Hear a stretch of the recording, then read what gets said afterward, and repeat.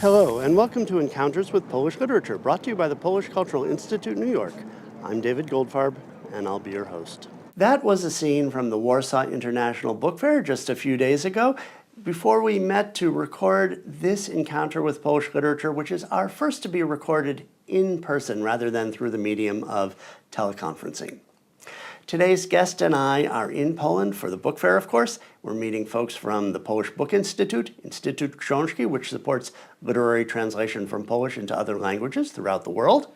We're meeting translators, writers, publishers, and those who have been with us for the past 5 years or so know that we started this project as a solution to the pandemic, a way to keep the programming of the Polish Cultural Institute New York alive when all the venues were closed and we couldn't have public events. So we want to try to do this occasionally. We're not going to be able to afford to or be able to have the time to travel and meet all of our guests in person like this. But if we're lucky enough to be in the same town at the same time, we're going to try to do it. Sean Bai is back with us today to talk about one of his special interests, which is Polish Reportage. And as it happens, one of the pioneers of Polish Reportage, Hanna Krall, was just celebrating her 90th birthday while we're here in Poland. So there have been many Krall events going on around the country. We attended an excellent panel with Jacek Anczak on the new book that he co-wrote with Krall about her life called Reporterka, or The Reporter. And this takes the form of a wywiad rzeka, or a river interview, which is a very popular Polish form of biography in the mode of a series of interviews that have been edited together to make a book-length narrative. American publishers, I think, are sometimes unsure about what to do with works of this form, so they don't get translated too often, because it's not a familiar form to American readers more generally. But after all, one of the positive effects of translation is to enrich the target language and culture. So I think it would be good for some publishers in the English-speaking world to take a chance on the river interview, whether it's of Krall or anyone else, and maybe it'll bring something new to our American literary culture, in the way that, say, the reportage of Ryszard Kapuscinski has inspired many American journalists to write in a more creative, novelistic way. Even though they're engaging in nonfiction, they can use the tools of fiction to tell a story. Sean Gasper Bai has translated books by authors including Małgorzata Scheinert, Szczepan Twardoch, Mikołaj Grinberg, and others. His translations have won the EBRD Literary Prize and the Asymptote Close Approximations Prize, and have been shortlisted for the Warwick Prize for Women in Translation, the National Jewish Book Award, the Sammy Rohr Prize, and the National Translation Award. He has been a National Endowment for the Arts Translation Fellow and a translator in residence at Princeton University. He serves on the board of the American Literary Translators Association, having just finished an 8-month stint as their acting director. And he mentors emerging translators through the National Center for Writing and the Yiddish Book Center. He lives in Philadelphia. Sean, it's great to have you back on the program to talk about Reportage. Maybe to help out our viewers, what exactly is Polish Reportage in comparison to other forms of nonfiction writing, journalism, and so forth? Yeah, so the word reportage in Polish just means a work of reporting. It can refer to just a piece or a long article, but it's also a literary genre, and that's sort of what we're talking about here. It's a style of journalism that uses true stories, that tells true stories, but using all of the techniques of literary fiction. It's an independent tradition that evolved specifically in Poland. There's kind of parallel traditions in other countries, but they're not actually historically related to one another. Polish reportage does, though, have roots in the American so-called new journalism movement of the 60s and 70s. Lots of parallels to Truman Capote and things like that. So it's a very personal style. It's a very stripped back style.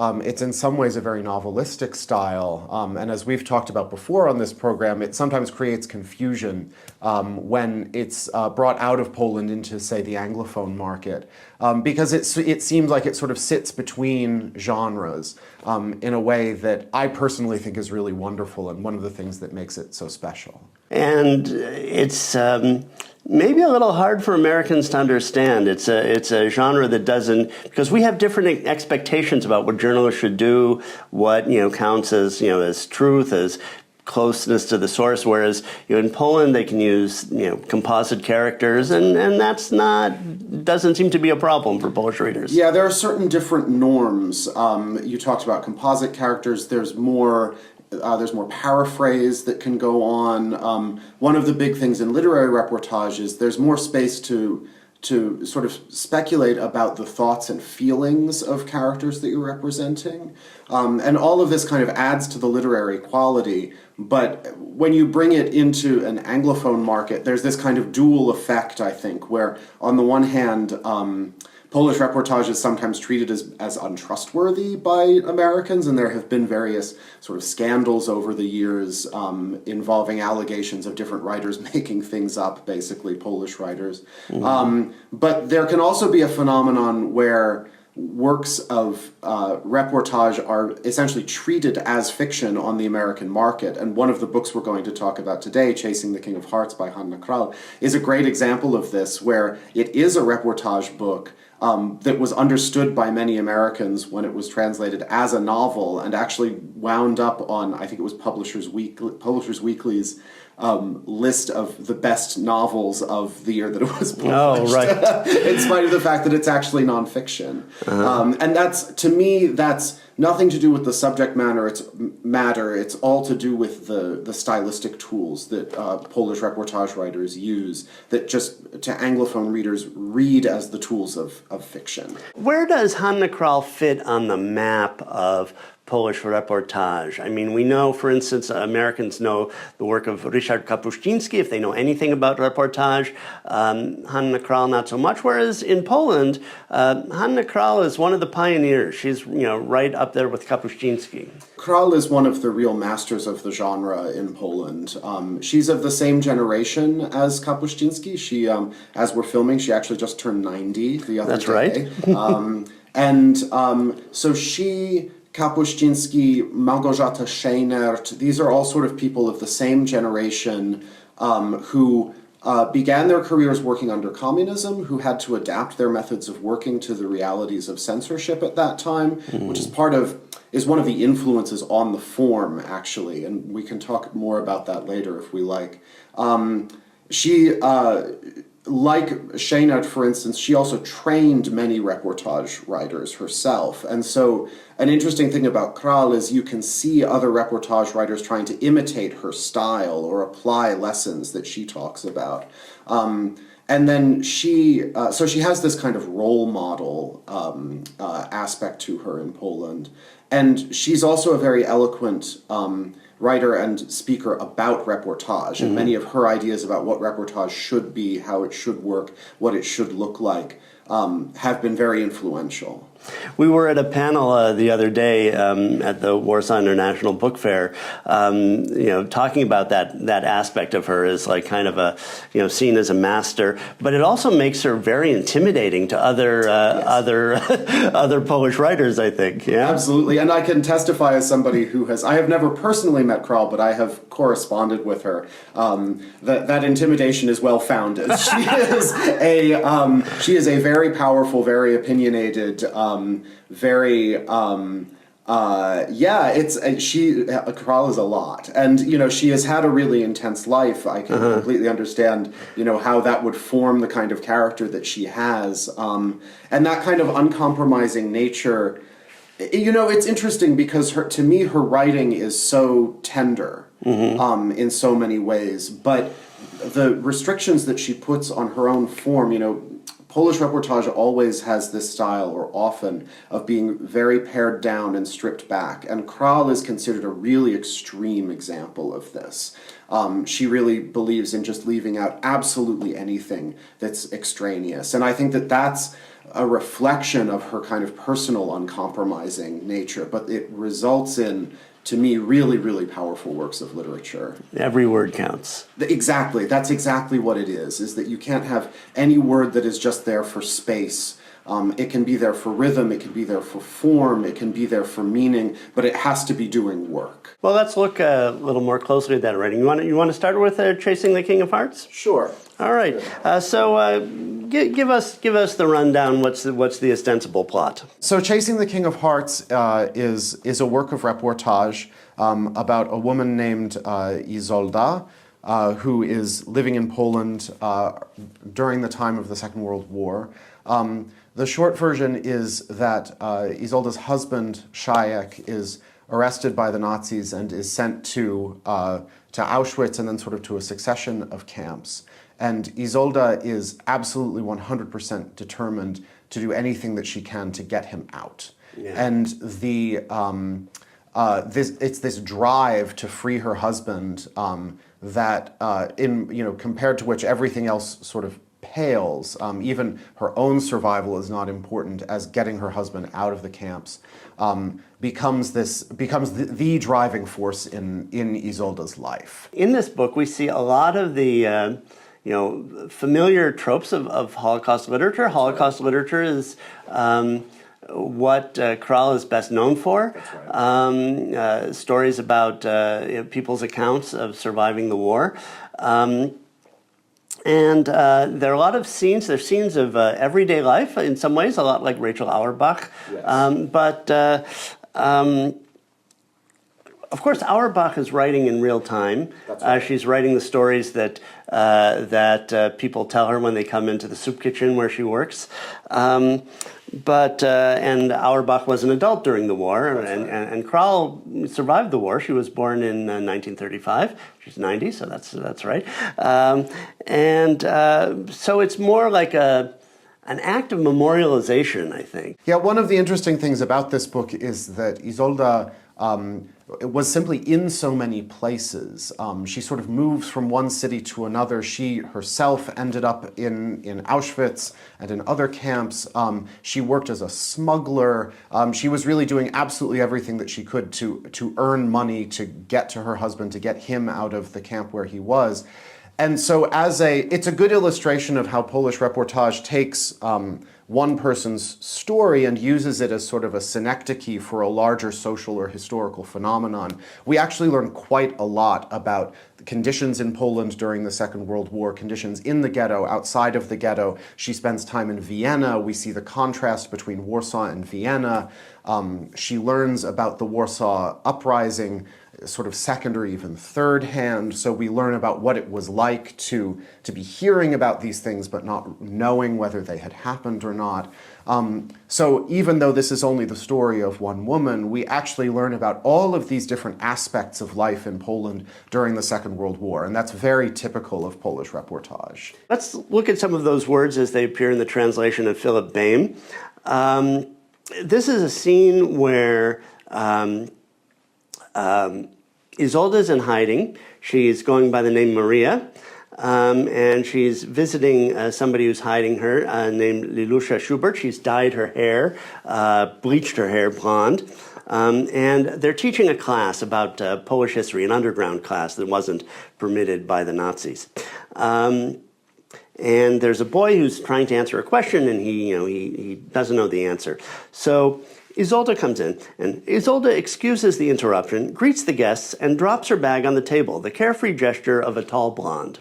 That's the role she's playing, right? Lilusha breaks off the lesson.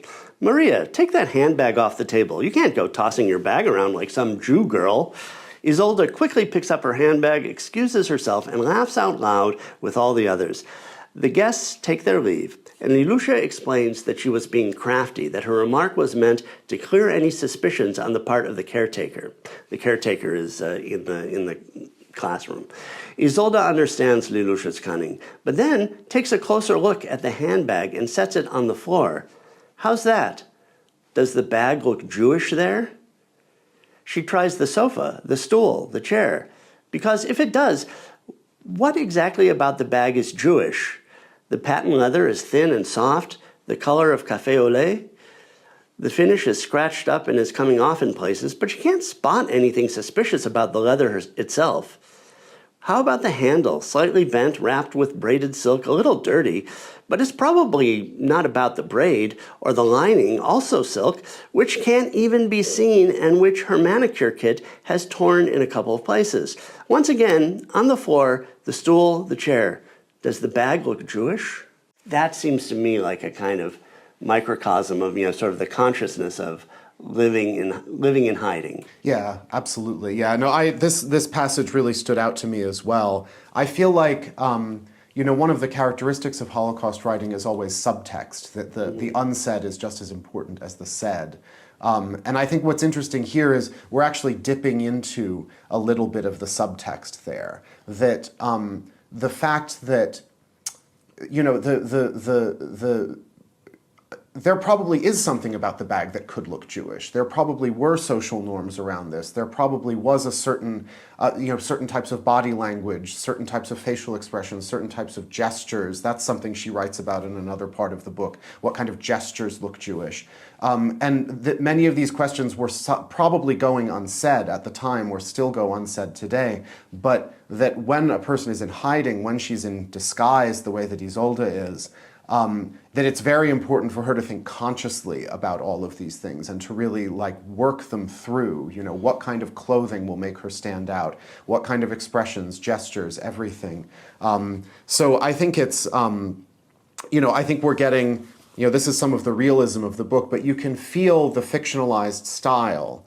Right, we're looking inside Isolde's mind. We're getting a sense of her feelings and so on. Yeah, I think this is just a really wonderful passage.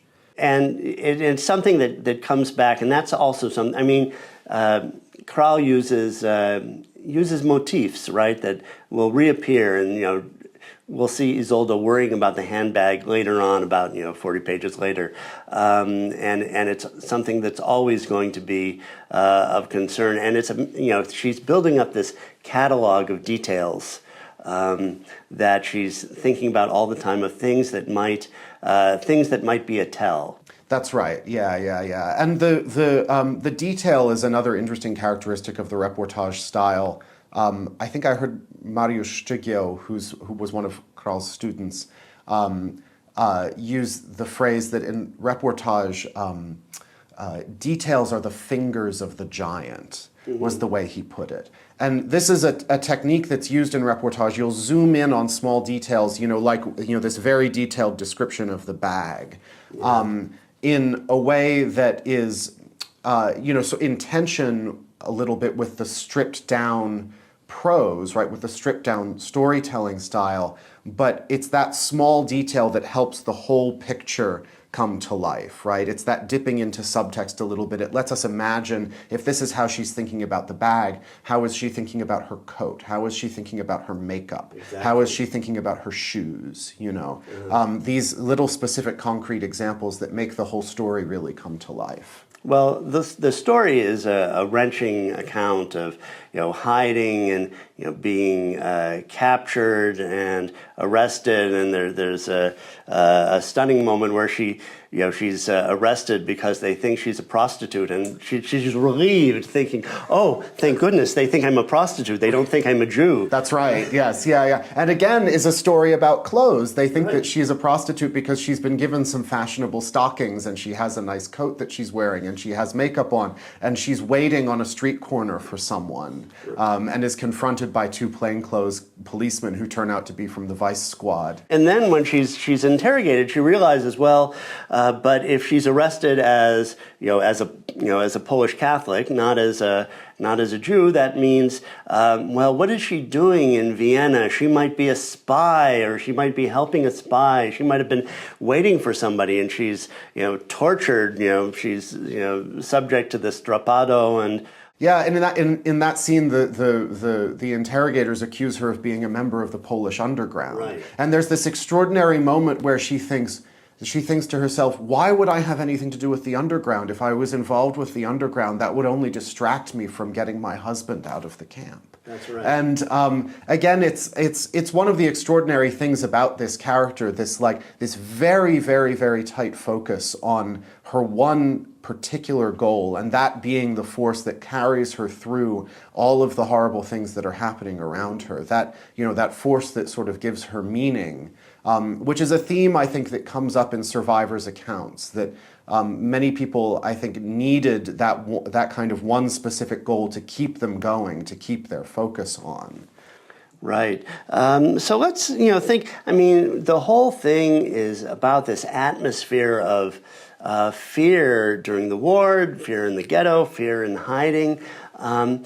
But it ends, there are like two time frames in the work. That's One right. is the time of the war, and the other is these scenes that are called the armchair, where Isolde is in Israel many years after the war, recounting her story. Perhaps the scene in which Krall herself listened to this story, or listened to her, tell the story to her grandchildren, or something of that nature. And then she gets into, toward the end of the work, the whole issue of the fear of being discovered as Jewish after the war. Yeah. After we've been immersed in this fear of discovery, the fear that people are going to discover that you're, the Nazis are going to discover that you're Jewish.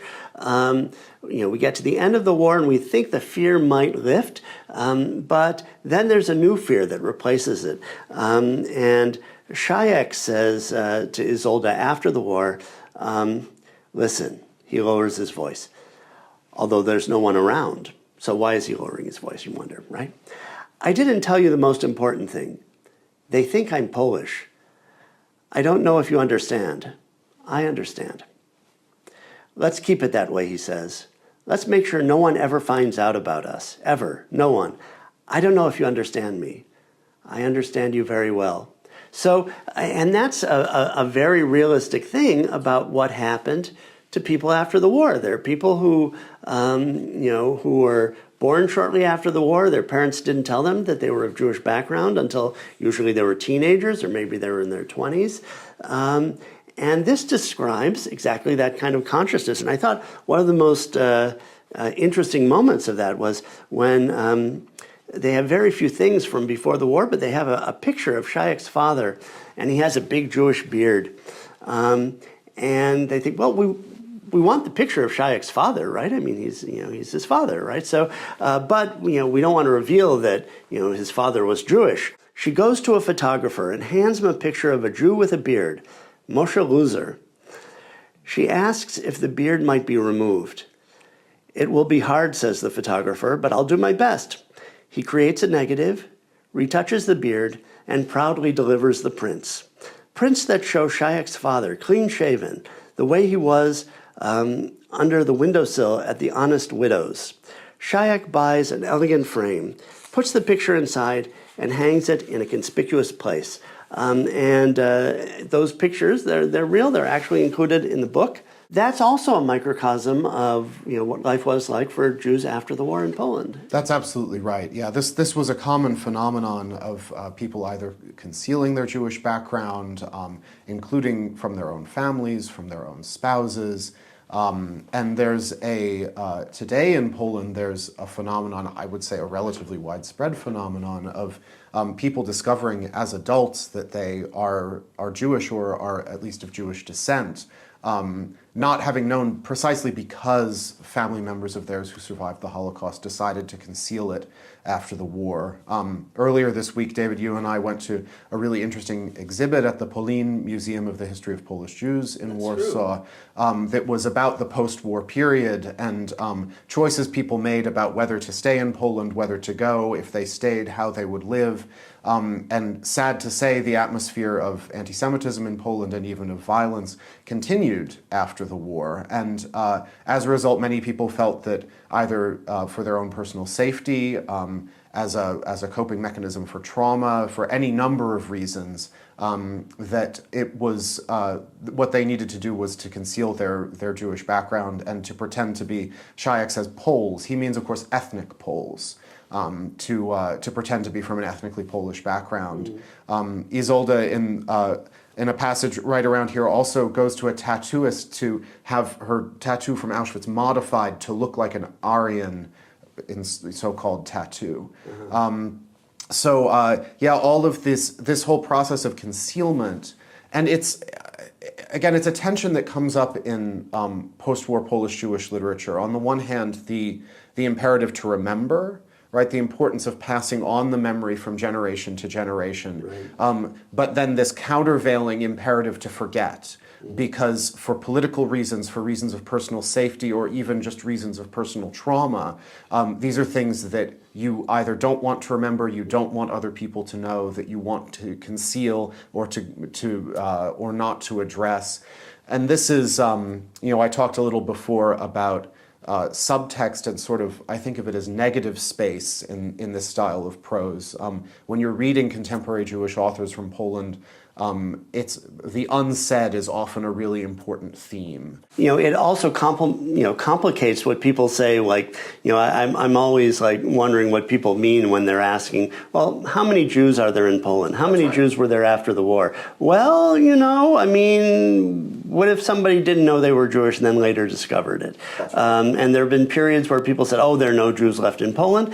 But there were tens of thousands of people who discovered later in life that they were Jewish, and maybe they're not very observant Jews, maybe they're not observant at all, maybe they're somewhat observant, but it's not an easy thing to pin down. That's absolutely right. Yeah. In the context of Krall. So the American edition of Chasing the King of Hearts, which I have a galley of here, has an afterword by her student Mariusz Szczygieł, who is the head of the Reportage Institute, is one of the founders of a publishing house that's devoted to reportage, and is a very close friend and former student of And Krall. which is that publishing house? This was published, Dowody na istnienie. Right. Proof of existence. Proof of Existence, which is the title of one of Krall's books, actually. Right. That was where the name of the publishing house comes from. But he talks about, interviewers speaking to Krall and saying, oh, you write about the Holocaust, or oh, you write about Polish-Jewish relations. And she stresses that is not how she sees her work. She says, all my books are about how very good human beings can be and about how very bad they can be, something we are constantly discovering over and over again. Those are the words of Hanna Krall in the translation of Antonio Lloyd-Jones. But so again we see this synecdoche. Krall is, I think it's fair to say, drawn to this material because of her own personal experience, because, as I said before, of this imperative to remember and to commemorate. But she is also very clear that this material is not interesting because it's specifically Jewish material or because it's specifically Polish material. It's because it teaches us something about human beings. Right. That the specific story of someone like Isolde, the specific story of Polish-Jewish survivors of the Holocaust, Polish-Jewish people who went through the Holocaust and didn't survive, is important for all of humanity. Another great example of that. Let's look at another story called The Dybbuk, which is also the title of a famous play by S. Ansky, but we're not going to talk about that, although maybe it's on a different episode. Maybe on a different episode, but this is about another kind of Dybbuk. Would you like to do the summary? So it's the story of a man who feels that he is sort of possessed by the Dybbuk, or the spirit of his half-brother who perished as a child in the Holocaust. And he has this sort of tortured relationship with this Dybbuk, where on the one hand he wants to, it takes over his body sometimes, it causes him to scream and cry and to speak in a different voice, and makes his life very difficult, and he wants to cope with it and to bring it under control in a way, but he actually doesn't want it to leave his body. Right. Because it's the spirit of his brother, and he wants to stay with the spirit of his brother. And so we have, Krall tells the story of this man and of a Jewish Buddhist monk who he visits to help him deal with this Dybbuk, who has a completely different approach to his own memory of Jewish trauma, his own way of coping with Jewish trauma. And there's this fascinating scene where the first character is in the hospital with his wife as she's giving birth. And he feels the dybbuk coming out of his body and going into the body of his son who is just being born. And he stands up and starts shouting in Polish at the dybbuk saying, "No, I don't want you to leave. I don't want you to go into the body of my son. You know, none of this Auschwitz, none of this Holocaust, none of that. You stay with me."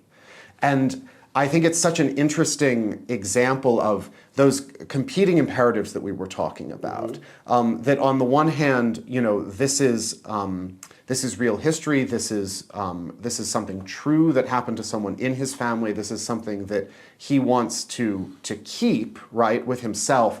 But it's also real pain and real trauma that he doesn't want passed on to the next generation. And I think this reflects a lot of this reflects a dynamic that I see in a lot of post-war Jewish writing, this theme of kind of multi-generational trauma and the refusal to treat Holocaust memory as something that's ennobling in any way, right? It doesn't make us better people to remember this. There's no like catharsis that comes from commemoration of the Holocaust. It has to be done, but it's also a trauma that we want to spare future generations from.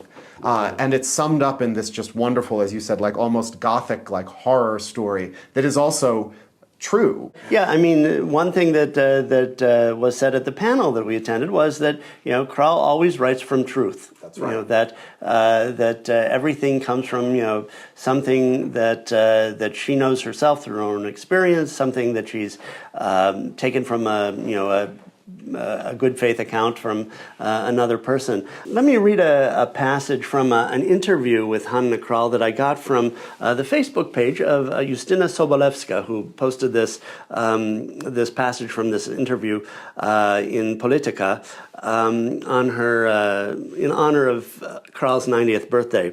Krall says, "Form is the most difficult of my issues and the least precise, because it immediately connects with the question of what is fitting and what is already inappropriate.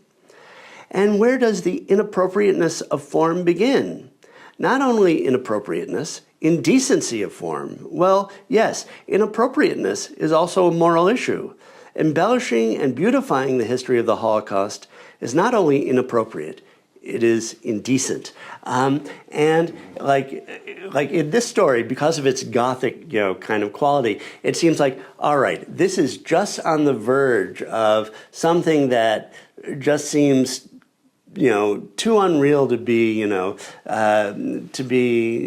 not made up, to not be like some kind of gothic horror story that came out of, what could be more horrible than the Holocaust itself, right? And this is something that takes place years later, and it's trauma transmitted through generations, and it could go over the edge, but it doesn't.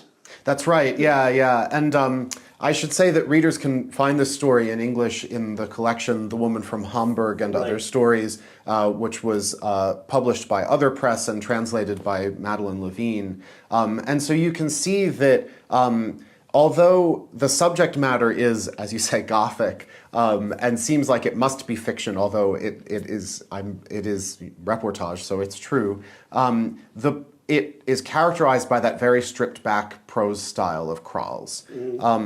And I remember hearing her say at an event long ago that her attitude towards form is that basically the more harrowing the material is, the more bare bones the prose should be. That material like the Holocaust or Holocaust memory doesn't need embellishment. It's already strong enough on its own. And so the task of the writer is really to get out of the way of the material. And so, she has this like gothic horror story, but she's telling it in her very characteristic, very deadpan style, to the point where, again, to my mind, it almost raises this question of like, could this possibly be true? Right. Because she's telling the story so absolutely straight.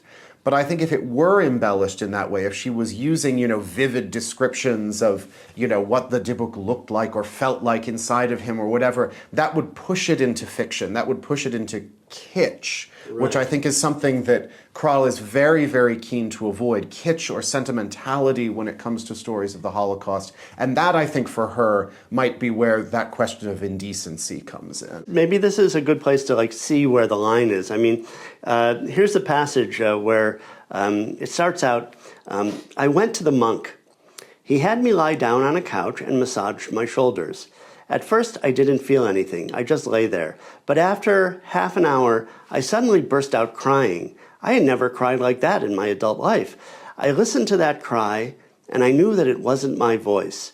It was the voice of a child. It was the child crying in me. The crying grew stronger, and I started screaming. The child started screaming. He was screaming. I could see that he was afraid of something because it was a scream of terror. He was terrified. He was in a rage. He thrashed about, waving my fist. Right? He thrashed about, waving my fists. Yes. Obviously, he was exhausted. He'd quiet down for a few minutes, but then he'd begin again. This was a child who was out of his mind from exhaustion and terror. Samuel the monk tried to speak to him, but he wouldn't stop screaming. This went on for several hours. I thought I would die. I didn't have any strength left. Suddenly, I felt that something was happening inside me. Something was rocking my innards. The scream subsided, and a shadow flickered over my abdomen. I knew that all this was only in my imagination, yet the monk must have noticed it too, because he addressed him directly. Leave here, he said calmly. Go to the light. I don't know what that was supposed to mean, because all this was taking place in ordinary light during the day. Go. And the shadow began moving off. And there's not a lot, there's not a lot beyond just the facts, like what happened as he experienced them. Let's zoom in on the technique a little bit here. So all of this is a quotation from the main character in the story. The narration, if I remember right, is in the third person, but includes these kind of long quotes from the subject of the piece. And what Krall has done is I presume, is that she has sat for interviews with this man. She has talked to him extensively about this experience, and she has probably taken pieces of those different conversations and composed them together. And she has, because there is, in the context of Polish reportage, there's a certain amount of license for paraphrase. So she has probably put together different parts of different conversations.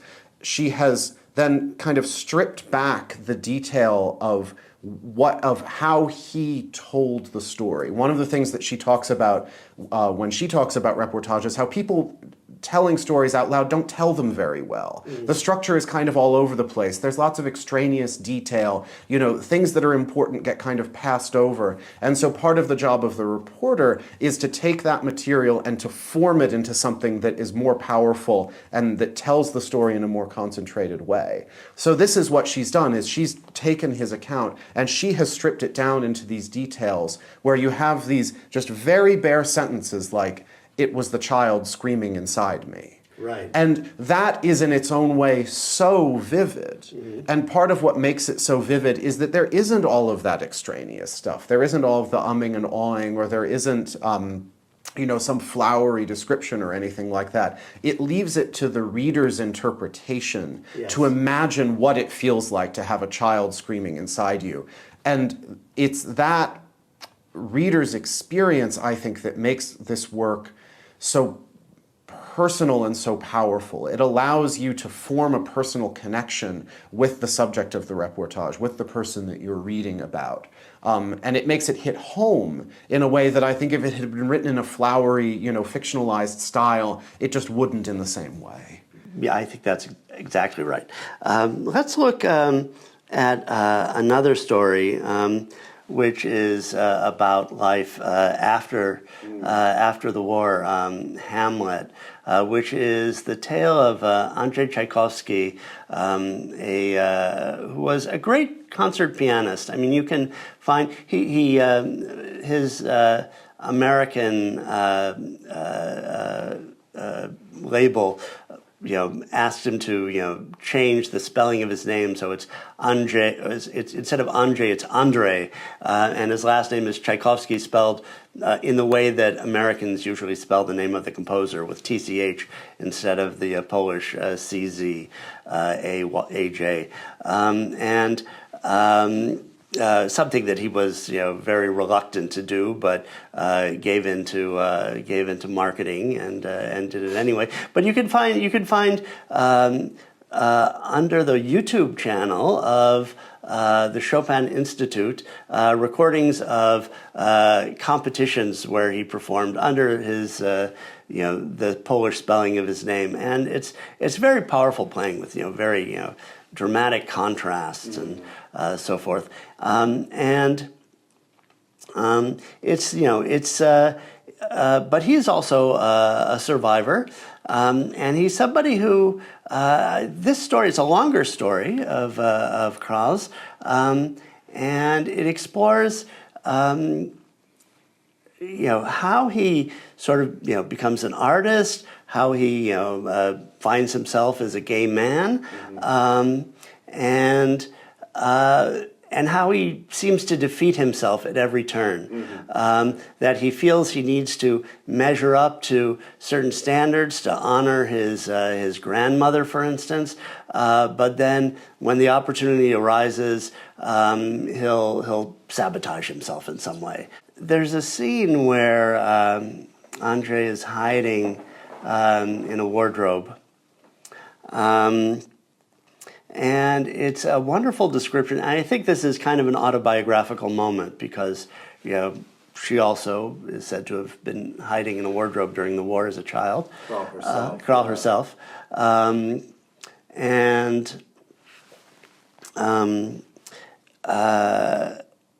She says one of the passages that was read at this panel from the book Reporterka, the reporter, the female reporter in Polish, that she says, my life begins with World War II. There's a moment where she's first tells the story of Andrzej hiding in the wardrobe, and then tells the story of a little girl that's kind of parallel to Andrzej's story. Maybe it's hers, maybe it's another little girl's. But she says, the I is the authorial voice, the persona of the author. I know what the Aryan side was for a child. It was not death or fear. A 5 or 6-year-old child is not afraid of death. The Aryan side was an apartment from which everyone has gone outside. A window that you do not go near, even though no one is watching you. A courtyard from which the echo of footsteps and someone's whistle, a melody broken off in the middle of a measure, reach you. A wardrobe that you enter at the sound of the doorbell. The Aryan side was loneliness and silence. And that's, it's like the part for the whole, summing up what that entire experience was, that later on is going to print itself on Andrzej's consciousness. Yeah, I think this passage is an interesting illustration of a characteristic technique of Krall's. Krall is very deliberate about what she does and does not say in public about her own personal life story. And but one of the ways that she has said that she tells it is through her work, often in the third person. So a little bit before this passage, she says, I knew a certain girl. She was your age. She also had dark eyes like you and hair that was bleached with hydrogen peroxide. And she goes on from there. And it's possible that Krall might be talking about herself. This is one of the ways that she does this in her work. She has said that she writes about herself in the third person in certain of her works and slips these things that you think might be memories of hers into her work, but in ways that it's not clearly marked out always. I think it's quite striking here that she uses the first person later on, as you're saying, that I know what this is like. And she's always addressing the author and the I in the work is always addressing you, which is another fascinating thing, right? Yeah, this whole story is framed almost as a... It's funny, as I was reading it, I thought of it almost like a letter to Andrzej Tchaikovsky, because you could call it like a conversation or something. But yeah, it is written in the second person. And it gives it a very personal feel that I really appreciate. I mean, something that I've mentioned before in other episodes is that it's something you find in Homer. When Homer uses the second person, it's either to speak to the muse, to speak to the gods, or to speak to the dead. And if somebody appears to be alive and they're addressed in the second person, on the next page, they're not going to be alive anymore. So it has a kind of elevated epic quality. That's absolutely right. And it's striking here, I think, that the second person in this story is not the reader, for instance. It's Tchaikovsky. It's Andrzej Tchaikovsky. I really appreciate the opening paragraph of this sentence about the wardrobe. So again, this is in the second person to Andrzej. You moved in with Panna Monika. There was a wardrobe in the main room. The apartment was on the ground floor. Tenants passed by your door. Neighbors looked in. The safest place was inside the wardrobe. A chamber pot was placed there. You found it by touch and learned to pee without making any noise. The clothing had been taken out.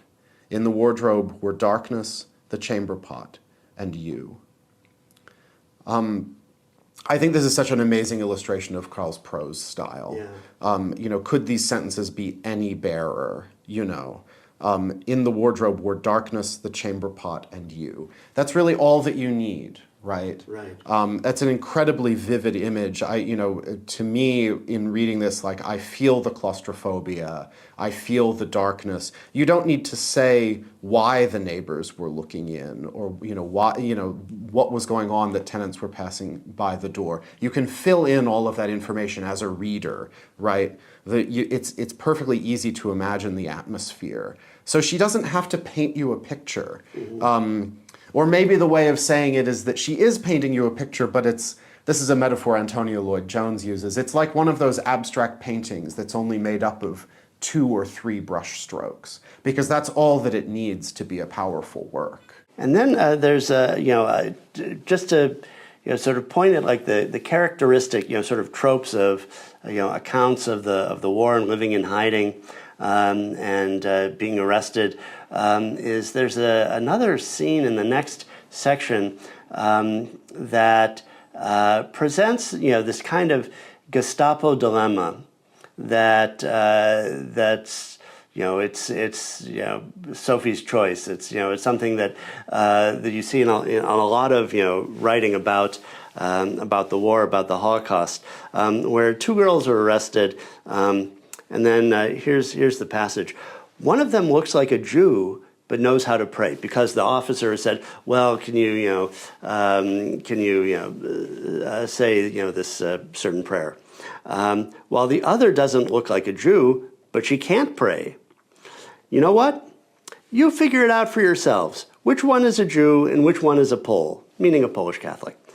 The Pole will walk out of here and the Jew will stay. Think it over. You can give me your answer tomorrow. So these are like 2 girls in prison, and they have to decide who is going to die.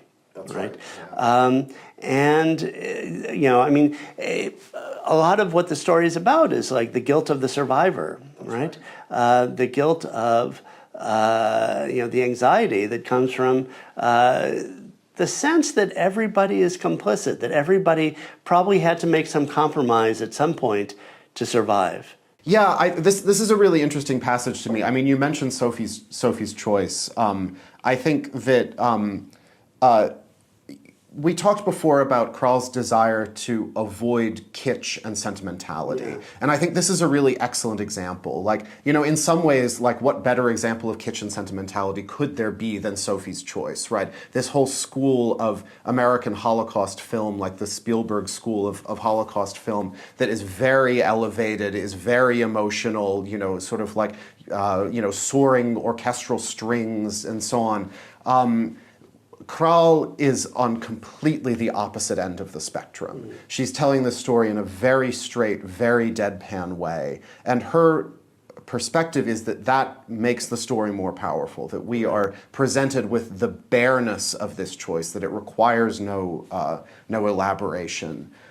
It leaves it to us to feel the emotion ourselves, not to be told what emotions to feel. And later she kind of explicates it more in a way that you would never get in, like, say, a Spielberg film, which is to say, like, well, what were family relations like after the war, where everybody feels that they've probably, said something they shouldn't have said, that exposed someone to danger or maybe resulted in their death, or that somebody else said something that they shouldn't have said. Relations among your family members weren't simple. Your grandmother bore a grudge against your father for not getting you and your mother out of Poland. Your father bore a grudge against your grandmother for distancing him from looking after you. Your grandmother bore a grudge against your father for forgetting about her wartime devotion, and against you because you did not deserve that devotion, since you don't resemble Ignacy, her ideal son, her pride and joy. Your father bore a grudge against you for playing gloomy pieces like Chopin's Nocturnes instead of Liszt's Second Hungarian Rhapsody, and so forth. And it's never going to end. Yeah. And that's like, we're not going to get that in the sentimentalized account of the war. Like that's where the trauma, like. That's right. And this is what I was saying before about the lack of catharsis. I joke that in Polish literature there are no happy endings. But I think that that's partly a reflection of real historical truth. I think a big difference between the way that Americans tell stories about the Second World War and the way Poles do is that in America we won the war. Mm-hmm. And in Poland, nobody won the war. No. They were caught between Nazi Germany and the Stalinist Soviet Union, and one horrible totalitarian regime was replaced with another. Mm-hmm. Things they got better, but they weren't good. Right. And one of the things that came up in the exhibition at Polin that we went to was that not everyone experienced the liberation as a moment of liberation. Right. It was the replacement of one set of dangers with another set of dangers. And so, again, we see this kind of historical truth reflected in the specific truth of this particular family, that the fact that the Holocaust was historically over did not mean that the trauma was over, did not mean that the fallout was over. There was no moving on. This was something that people lived with for the rest of their lives and continue to live with from generation to generation. This is something that shaped family dynamics, even in families where, as we talked about before, there were members who concealed their Jewishness, who didn't reveal that they were in camps, and so on. That very concealment, the not talking about the experience, also creates a dynamic in the family, right? And is also a way of transmitting on the trauma. Of course, not deliberately, but it still happens. Yeah. Hiding it is exactly how it's transmitted. Here's another interesting moment where she describes. People who were trying to help him, trying to take advantage of him as a fine pianist. For instance, Saul Hurok, the great impresario, wanted him. He was the one who wanted him to change his name to the Russian composer, which was totally offensive to him. But he did it because that's what people did. And then there were the patrons of the arts. The Jewish American ladies who supported artists got on your nerves. They had dyed hair. They adored gold jewelry. They knew everyone. They could do a lot of things. And they twittered about every topic. If the Messiah comes, he will have to come to them because there is no one else, Singer wrote in despair, having in mind precisely those ladies. At the next reception, you informed your hostess, who was rich, influential, and very generous. I am a homosexual. I am attracted to Marxists. I eat with my fingers. I don't bathe. And I support equal rights for Negroes. Despite good reviews, you stopped receiving invitations to the United States. Reasonable admonitions got on your nerves. And then later she says, I have known people like that. The world got on their nerves because it existed. It had no right to be after what had taken place, but it existed as if nothing had happened. It's like kind of her approach to, later she calls it, the reason the story is called Hamlet is because when he dies, he wills his body to science except for his skull, which he wills to the Royal Shakespeare Company to use in productions of Hamlet, where he will be on the stage of the Royal Shakespeare Company playing Yorick the Jester. So alas, poor Yorick. She asked the question of, can there be Hamlet after Treblinka? Which is, of course, Adorno's dictum of, can there be poetry after Auschwitz? Well, there will be, because that's just what we do. It's in a sense that's what Andrzej's problem is, right? Can he? On the one hand, he's expected to be an artist, to live up to the dreams of his grandmother, who saved him, faked her own death, reappears after the war, expects him to win competitions. He's discovered by Arthur Rubinstein, who doesn't really do enough for him. It turns out, it transpires in the end, and then he's constantly sabotaging himself because there's some friction between this idea of becoming a great artist and the possibility of being an artist after the Holocaust. Well, and his mother wants him to be sort of a symbol. She wants him to be to represent his people, to be to represent Jewish survival, to Jews thriving after the Holocaust in spite of everything that has happened to them. And of course, Andrzej isn't thriving. He hasn't gotten past it. There isn't that catharsis. And he's not a symbol, he's a human being. Yeah. And that, I think, is really the core of this story, is about Andrzej Tchaikovsky's struggle, not just as a Holocaust survivor, not just as a gay man, but just as himself, to be himself when there is so much pressure from all of these corners, including from the old American Jewish ladies, to be a particular something, to represent a particular something, when he is not, in fact, any of these things. That's right. That's right. And it's this thing that I really love about Polish Reportage. It's this humanism. It's this focus on the individual. It's this empathy for the individual. It's this attempt to understand the individual in the context of history with a capital H, right? Mm-hmm. What is it like to be a human being up against history? And that, I think, is really at the core of so much of Krall's writing. Well, Sean, it's been great having you back on the program. Thank you so much for inviting me. It's always a pleasure to talk to you, and I hope we get to do it again soon. We will. Hang on. Please subscribe and click the bell to stay on top of the program. Watch the credits for some recommendations about how you can support aid for Ukraine and for Ukrainians fleeing the war in their country. I'd like to thank all the people who helped make this series possible. The Polish Cultural Institute sponsors our program and brought us here to Poland. Bartek Rebisko, head of Humanities and Literature at the Polish Cultural Institute, New York, is our executive producer. Natalia Iudin is my fellow producer and editor. Our opening and closing music is by Radek Przedpełski. Thank you all for listening and for reading along with us. Let's meet again in a month for our next encounter with Polish literature, or maybe Polish and Ukrainian literature. See you then.